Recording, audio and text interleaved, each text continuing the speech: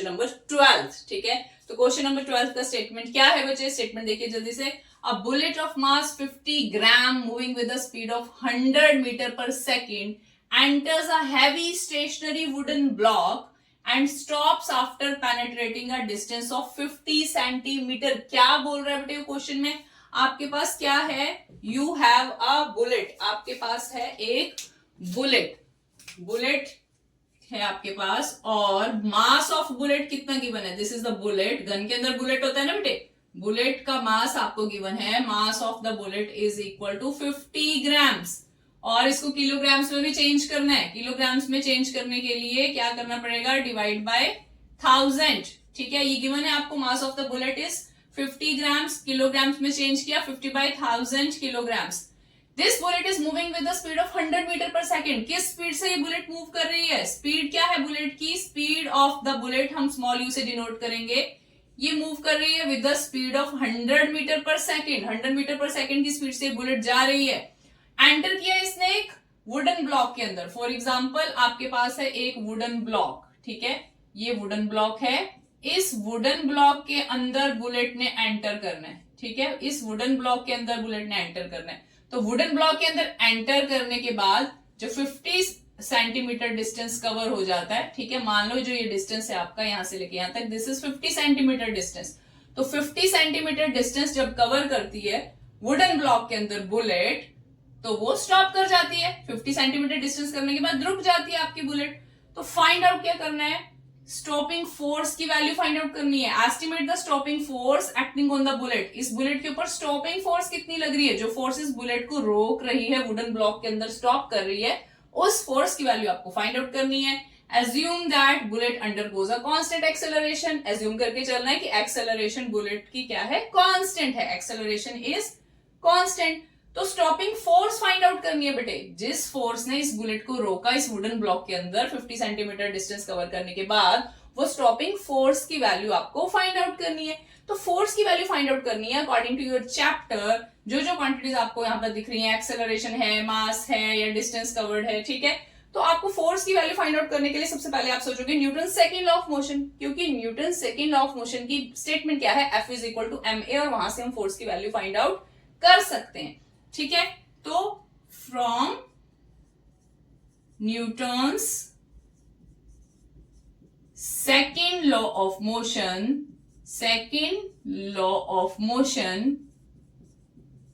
we know that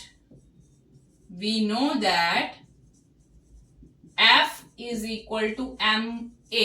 ठीक है, Newton second law of motion के accordingly force is equal to mass into acceleration है। अब मास की वैल्यू तो आपको गिवन है क्वेश्चन में कि 50 ग्राम मास है बुलेट का, बट किस एक्सेलरेशन से बुलेट मूव कर रही है वो एक्सेलरेशन नहीं पता आपको। तो फर्स्टली एक्सेलरेशन की वैल्यू फाइंड आउट करनी पड़ेगी। तो एक्सेलरेशन की वैल्यू फाइंड आउट करने के लिए आप कौन सा फॉर्मूला यूज करोगे?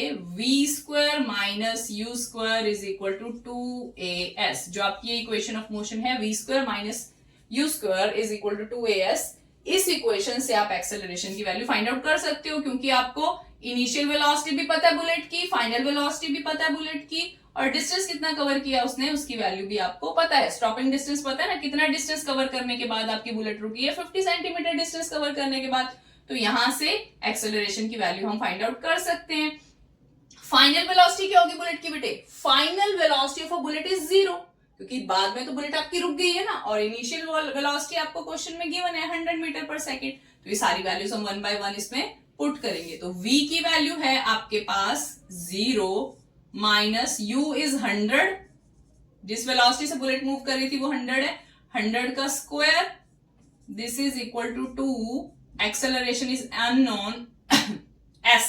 डिस्टेंस कवर्ड s कितना है? 50 सेंटीमीटर। तो इस डिस्टेंस कवर्ड को s से डिनोट करेंगे हम बेटे, और इस सेंटीमीटर को मीटर में भी चेंज करना है। तो 50 सेंटीमीटर को मीटर में चेंज करने के लिए हमें 50 को डिवाइड करना पड़ेगा 100 से। ठीक है, 50 को डिवाइड करना पड़ेगा 100 से, तो ये भी हमारा मीटर में आ गया। तो अगर जो सेंटीमीटर्स में गिवन है तो उसको मीटर में चेंज करो, ग्राम्स में गिवन है तो केजी में चेंज करो। सारे सिस्टम ऑफ यूनिट जो है वो सेम होने चाहिए। ठीक है बेटे, तो यहां से कैंसिल हो जाएगा, 50 2 जा 100 और 100 से 100 कैंसिल। तो एक्सेलरेशन की वैल्यू कितनी आई है आपके पास? Acceleration is equal to minus of 100 into 100। So this is equal to minus of 10,000 meter per second square. This is the value of acceleration. Acceleration की वैल्यू कितनी आई है? Minus of 10,000 metre per second square. तो इस acceleration की value आप force के formula में पुट कर दो और मास की वैल्यू भी फोर्स के फॉर्मूला में अगर आप पुट कर दोगे तो वहां से आप फोर्स की वैल्यू फाइंड आउट कर सकते हो. अब याद रखना एक्सेलरेशन कितना आ गया हमारा? Minus 10,000 metre per second square. ठीक है. एक्सेलरेशन की वैल्यू कितनी आई है आपके पास? मैं रब कर रही हूं. एक्सेलरेशन आपके पास आई है minus of 10,000 metre per second square. Negative value क्यों आई बेटे? Negative acceleration. बुलेट ने स्टॉप करना है ना, इसीलिए रुकना है बुलेट ने, तो उसकी एक्सेलरेशन क्या आएगी? नेगेटिव. तो F is equal to M A में ये वैल्यू पुट कर दो.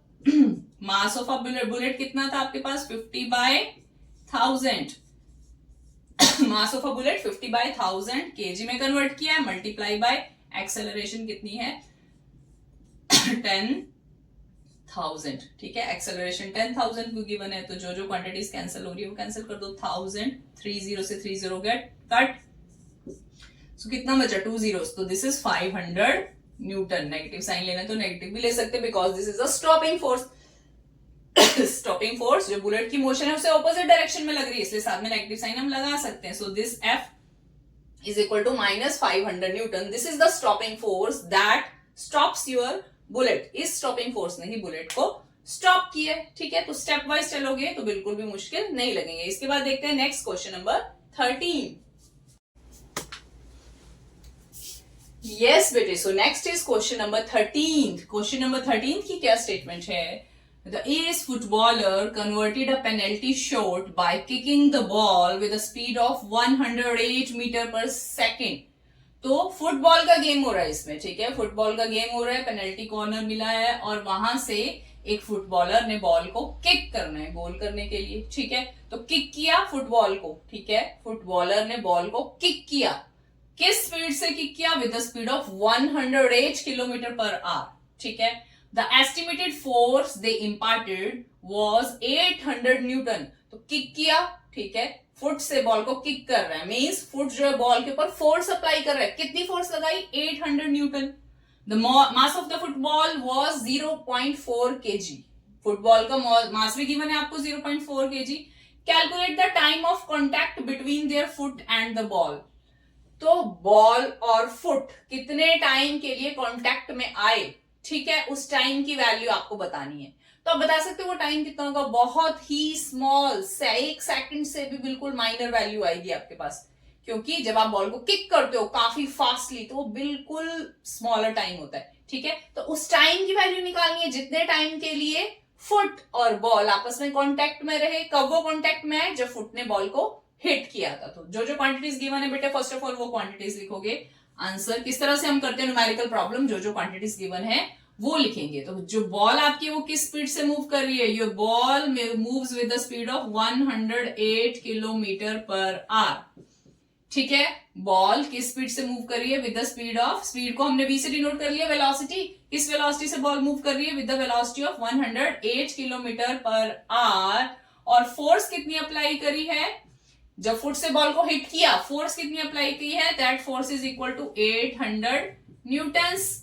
एंड और क्या गिवन है? बॉल का मास गिवन है आपको 0.4 kg. मास को स्मॉल m से डिनोट करोगे. मास of the football is 0.4 kg.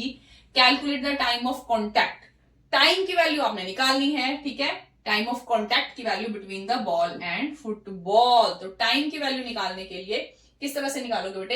Actual में जब आपने फुट से बॉल को किक किया, फुटबॉलर ने फुट से बॉल को किक किया, तो उस केस में क्या हुआ है? मोमेंटम ट्रांसफर हुआ है. क्या हुआ है? मोमेंटम ट्रांसफर हुआ है. पहले आपकी बॉल स्टेशनरी थी, जब फुट ने एकदम से हिट किया तो उसका मोमेंटम चेंज हुआ. वेलोसिटी, फोर्स लगी, फोर्स लगने से वेलोसिटी चेंज हुई. ठीक है. वेलोसिटी चेंज हुई तो मोमेंटम भी चेंज हुआ. तो इसके अकॉर्डिंगली हमारे पास क्या फॉर्मूला है? From Newton second law of motion, from Newton's second law of motion. कौन सा फॉर्मूला आपके पास बेटे? Rate of change of momentum is equal to force. ये फॉर्मूला है ना आपके पास, rate of change of momentum P2/T P2 minus P1 upon T is equal to F. Rate of change of momentum is equal to force. और इस formula को आप कैसे लिख सकते हो? F is equal to momentum की वैल्यू क्या होती है? P is equal to mass into velocity. Momentum की value P is equal to mass into velocity. तो इनिशियल मोमेंटम तो जीरो ही आएगा. इनिशियली तो बॉल आपकी रेस्ट पर थी ना, इनिशियली आपकी बॉल रेस्ट पर थी, तो वेलोसिटी भी क्या होगी? जीरो होगी. तो इनिशियल मोमेंटम को कंसीडर करने की जरूरत नहीं है, सिर्फ फाइनल मोमेंटम यानी एक ही वैल्यू हम मोमेंटम की लेंगे, मास इनटू वेलोसिटी. ठीक है, mv mass into velocity upon time. तो टाइम की वैल्यू ही आपको फाइंड आउट करनी है. यहाँ जो टाइम गिवन है, ठीक है, ये जो टाइम है, जो ये रेट है, टाइम जो गिवन है, इस टाइम की वैल्यू आपने फाइंड आउट करनी है. टी अननोन है आपका, ठीक है, तो टी को एक साइड लेके जाओगे और बाकी सारी क्वांटिटीज दूसरी साइड. तो क्या आएगा? T is equal to mv upon f. ठीक है, तो सारी वैल्यूज आपको गिवन है क्वेश्चन में. m भी गिवन है, v भी गिवन है, f भी गिवन है. क्या देखना है? सिस्टम ऑफ यूनिट सेम होना चाहिए. ठीक है, मास ऑफ द बुलेट कितना गिवन है? 0.4 किलोग्राम सी है, तो इसको एज इट इज लिख सकते हैं. अब वेलोसिटी v आपकी 108 किलोमीटर पर आवर है, तो इसको मीटर पर सेकंड में चेंज करो.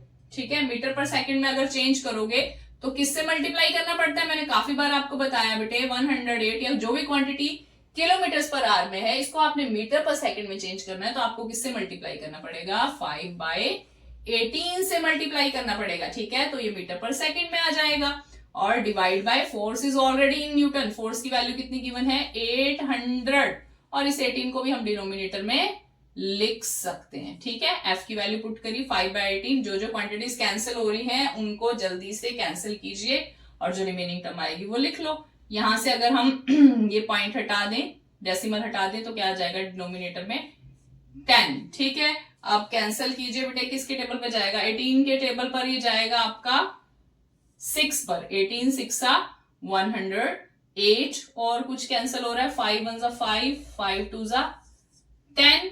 ठीक है बेटे, और कुछ कैंसिल हो रहा है. 2 1 2, 2 3 6, 4 1 4, 4 2 8, 0 0. तो आपके पास क्या बचा? अच्छे से कैलकुलेशन करना. 3 डिवाइड बाय 200. 3 डिवाइड बाय 200 बचा है बेटे आपके पास. तो 3 डिवाइड बाय 200 को आप कैसे लिख सकते हो? टाइम कितना बचा? 3 डिवाइड बाय 200, जिसको आप लिख सकते हो 3/2 इंटू 10 रेज टू पावर -2. ऐसे भी लिख सकते हैं ना, सॉरी 10 रेज टू पावर 2. 200 को 2 इंटू 10 रेज टू पावर 2 भी लिख सकते हो. और this is equal to 3/2 into, अगर इसको ऊपर लेके जाओगे तो क्या बनेगा? 10 रेज टू पावर -2. ठीक है, सो ये आ गया 1.5. डिवाइड करने पर आएगा 1.5 into 10 raise to power -2 which is equal to 0.015 second. ये वैल्यू आई है आपके पास. ठीक है, इस तरह से सॉल्व कर सकते हो. कुछ नहीं किया, सिर्फ डेसिमल हटाया है. ये डिवाइड बाय 100 था ना बेटे, तो पॉइंट यहाँ पे लग जाएगा आपका, तो ये आ जाएगा 0.015 second. So this is the value of time. बिल्कुल सिंपल था, सिर्फ फॉर्मूला पता होना चाहिए था. Newton second law of motion, सारी क्वांटिटीज गिवन है, यूनिट सेम करो तो आप सॉल्व कर सकते हो. हम सॉल्व कर चुके हैं. Now this is question number 14. सो जल्दी से सबसे पहले स्टेटमेंट देखो बेटे कि स्टेटमेंट में हमें क्या गिवन है.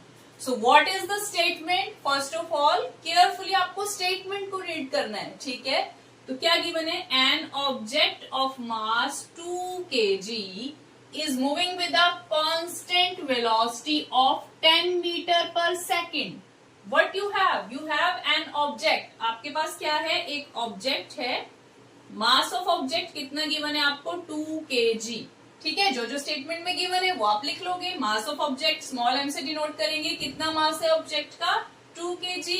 और this object is moving with a constant velocity. और ये ऑब्जेक्ट कांस्टेंट वेलोसिटी से मूव कर रहा है, तो v से वेलोसिटी को डिनोट कर लेते हैं. What is the velocity of object? This is 10 metre per second. Encounters a rough patch where the force of friction on object is 7 Newton. ठीक है, तो ऑब्जेक्ट जो मूव कर रहा है, मूव करते करते 10 मीटर पर सेकेंड की वेलोसिटी से वो मूव कर रहा था, तो उसके रास्ते में एक रफ पैच आया, रफ सरफेस आया, जिस फ्लोर पे वो मूव कर रहा था या रोड पे वो ऑब्जेक्ट मूव कर रहा था. ठीक है, पहले नॉर्मल सरफेस था, नॉर्मल रोड थी, आगे रफ पैच आया, बिल्कुल ही खराब जो रोड होता है, जो सरफेस बिल्कुल खराब होता है, मतलब वहां से फ्रिक्शन मिलेगा उस ऑब्जेक्ट को. ठीक है, जो उसकी मोशन है उसको ऑपोजिशन मिलेगी रफ पैच से, मतलब रफ सरफेस के ऊपर अब ट्रेवल करना है आपके ऑब्जेक्ट को कहां पर मूव करना है, रफ सरफेस के ऊपर। तो रफ पैच जो है एक थोड़ा रास्ता है, खुदरा रास्ता है, रफ रास्ता है, वहां पर जब ऑब्जेक्ट मूव करने लगा तो उस ऑब्जेक्ट को फ्रिक्शनल फोर्स कितनी मिली, 7 न्यूटन। ठीक है, फ्रिक्शनल फोर्स F फ्रिक्शनल कितनी लगी रफ पैच के ऊपर, ऑब्जेक्ट के ऊपर, 7 न्यूटन। ये भी लिख लिया आपने। At the same time an additional constant force of 3n Newton opposing the motion is applied on the object. उसी टाइम पर जब फ्रिक्शनल फोर्स लगी, रफ पैच पर पास करके जा रहा था आपका ऑब्जेक्ट, तो साइड बाय साइड एक और एडिशनल फोर्स लग रही है उस ऑब्जेक्ट के ऊपर। बेटा कितनी, 3 न्यूटन एडिशनल फोर्स और लगी। किस डायरेक्शन में लगी, अपोजिंग द मोशन। जिस डायरेक्शन में ऑब्जेक्ट मूव कर रहा है उससे ऑपोजिट डायरेक्शन में लगी 3 न्यूटन फोर्स और लग रही है उसी ऑब्जेक्ट के ऊपर ऑपोजिट डायरेक्शन में। ऐसी फोर्स लग रही है 3 न्यूटन जो उसकी मोशन को अपोज कर रही है, रोक रही है। ठीक है, तो क्या लिख लोगे, एक और फोर्स लग रही है ऑब्जेक्ट के ऊपर, F ऑपोजिट। उस फोर्स की वैल्यू कितनी है, 3 Newton. After entering the rough patch, how much distance does the object travel before coming to the rest? तो रफ पैच में जब आपका ऑब्जेक्ट मूव कर रहा है उसके ऊपर एक तो फ्रिक्शनल फोर्स लग रही है ऑपोजिट डायरेक्शन से, साइड बाय साइड कुछ और ऑपोजिट डायरेक्शन से फोर्स लग रही है, वो बताया नहीं उन्होंने पर्टिकुलरली किस वजह से वो फोर्स प्रोड्यूस हुई। ऑपोजिट डायरेक्शन से इट मींस 2 फोर्सेज हो गई अब आपके पास। वो फोर्सेस जो ऑब्जेक्ट की मोशन को अपोज कर रही हैं जब वो रफ पैच के ऊपर, रफ सरफेस के ऊपर मूव कर रहा है, 2 फोर्सेज है हमारे पास, एक है 7 न्यूटन और एक है 3 न्यूटन। ठीक है बेटे, तो बोल रहा है रफ पैच के ऊपर कितना डिस्टेंस ऑब्जेक्ट कवर करेगा before coming to the rest. ठीक है, जो रफ पैच है वहां पर ऑब्जेक्ट कितना डिस्टेंस कवर करेगा before coming to the rest. For example ये है बेटे सरफेस, जिस सरफेस के ऊपर ऑब्जेक्ट मूव कर रहा है, और ये सारा है रफ सरफेस। ठीक है, यहां तक सरफेस ठीक था, इससे आगे रफ सरफेस है। मान लो ये बॉल ही है आपकी। ठीक है, बॉल जो है आपकी, ऑब्जेक्ट जो है वो 2 kg मास है ऑब्जेक्ट का, और इस डायरेक्शन में ऑब्जेक्ट कितनी वेलोसिटी से मूव कर रहा है, with the velocity of 10 metre per second. अब रफ पैच में, यहां से रफ पैच में ये बॉल मूव करती जा रही है, यहां से रफ पैच स्टार्ट हुआ है, तो जब रफ सरफेस के ऊपर इस बॉल को ऑपोजिट डायरेक्शन से फोर्सेस मिल रही हैं, जब यहां पर एंटर कर गया ना, रफ पैच में एंटर कर गया, this is the rough patch, तो ऑपोजिट डायरेक्शन से 2 फोर्सेस मिल रही है बेटे, एक 7 न्यूटन है और एक फोर्स है आपके पास 3 न्यूटन, जो ऑब्जेक्ट की मोशन को अपोज करेंगी। यू हैव 2 फोर्सेस, 7 न्यूटन और 3 न्यूटन। तो रफ सरफेस में ऑब्जेक्ट कितना डिस्टेंस कवर करने के बाद रुक जाएगा, ये पूछा क्वेश्चन में। ये जो रफ सरफेस है इसके ऊपर कितना आगे तक ऑब्जेक्ट जाएगा, वो डिस्टेंस कितना है, जितना डिस्टेंस ये ऑब्जेक्ट कवर करेगा, स्टॉपिंग डिस्टेंस में लिए आपने फाइंड आउट करना है, और उसके बाद आपका ऑब्जेक्ट रुक जाएगा, उसकी वैल्यू हमने फाइंड आउट करनी है। ठीक है बेटे, तो स्टॉपिंग डिस्टेंस s की वैल्यू फाइंड आउट करते हैं हम। जनरली कौन सा फॉर्मूला यूज करते हैं, v² minus u² is equal to 2as। This is कौन सी इक्वेशन है, ये थर्ड इक्वेशन ऑफ मोशन। यहां से हम s की वैल्यू, स्टॉपिंग डिस्टेंस की वैल्यू निकालते हैं जनरली, क्योंकि फाइनल वेलोसिटी तो 0 हो जाती है, ऑब्जेक्ट ने रुकना होता है ना स्टॉपिंग डिस्टेंस में, बॉल है या कोई भी ऑब्जेक्ट है रुकेगी, तो u की वैल्यू, सॉरी v की वैल्यू तो आपके पास 0 हो जाती है इस केस में, और s की वैल्यू हम निकालते हैं। बट प्रॉब्लम यहाँ पर क्या है कि एक्सेलरेशन भी नहीं पता आपको बेटे। ठीक है, एक्सेलरेशन बोल सकते हो या डी एक्सेलरेशन भी हम ले सकते हैं। डी एक्सेलरेशन किस लिए, क्योंकि ऑब्जेक्ट आगे जाके स्टॉप करेगा, जब ऑब्जेक्ट ने स्टॉप करना है उस केस में नेगेटिव एक्सेलरेशन लगती है। तो सबसे पहले क्या करोगे बेटे, फोर्स की वैल्यू, फिर आप फोर्स का फॉर्मूला अप्लाई करोगे एक्सेलरेशन की वैल्यू फाइंड आउट करने के लिए। ठीक है, तो कैसे इसका आंसर करोगे, we know that F is equal to ma। ये कैसे पता लगा, from Newton's second law. Newton second law से आपको क्या पता चला, F is equal to ma। तो फोर्स की वैल्यू से पुट करेंगे, मास की वैल्यू पुट करेंगे, एक्सेलरेशन की वैल्यू हो जाएगी। एक्सेलरेशन की वैल्यू फाइंड आउट करनी है। एक्सेलरेशन कितना आएगा, F divide by m। a को यही रहने दो, F को यही m डिनोमिनेटर में आ जाएगा। तो फोर्स कितनी है बेटे, टोटल फोर्स कितनी लग रही है ऑब्जेक्ट के ऊपर, टोटल फोर्स लग रही है ऑपोजिट डायरेक्शन से 7 + 3 10 न्यूटन। F टोटल कितनी फोर्स लग रही है आपके ऑब्जेक्ट के ऊपर, 7 + 3, this is equal to 10 newton. तो फोर्स की वैल्यू 10 न्यूटन पुट कर दी, और मास कितना है आपके ऑब्जेक्ट का, जिस ऑब्जेक्ट के ऊपर ये फोर्स लग रही है, जो इसकी मोशन को अपोज कर रही है, दैट इज 2 kg। ठीक है, तो ये कितना आ गया आपके पास 5 metre per second square. This is the value of acceleration. Acceleration की वैल्यू पता है, तो अब कौन सी इक्वेशन यूज करोगे, by using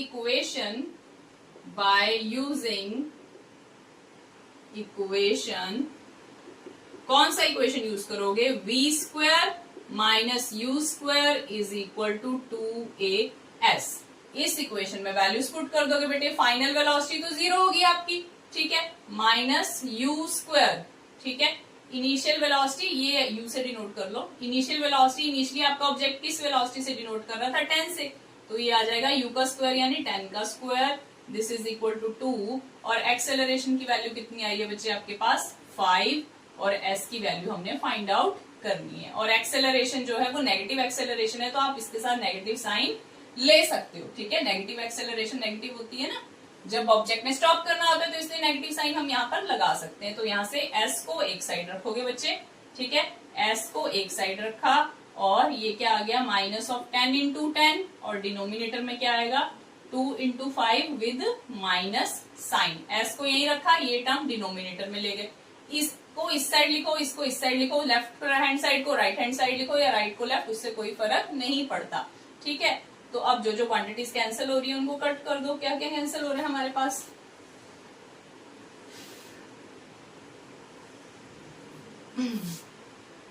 so this is equal to 10, this is equal to minus minus भी कैंसिल हो गया, this is equal to 10 metre. So distance cover की वैल्यू कितनी आई आपके पास 10 मीटर। 10 मीटर डिस्टेंस कवर करेगी रफ पैच में, 10 मीटर डिस्टेंस कवर करेगा आपका ऑब्जेक्ट, उसके बाद रुक जाएगा, ठीक है, सिंपल था।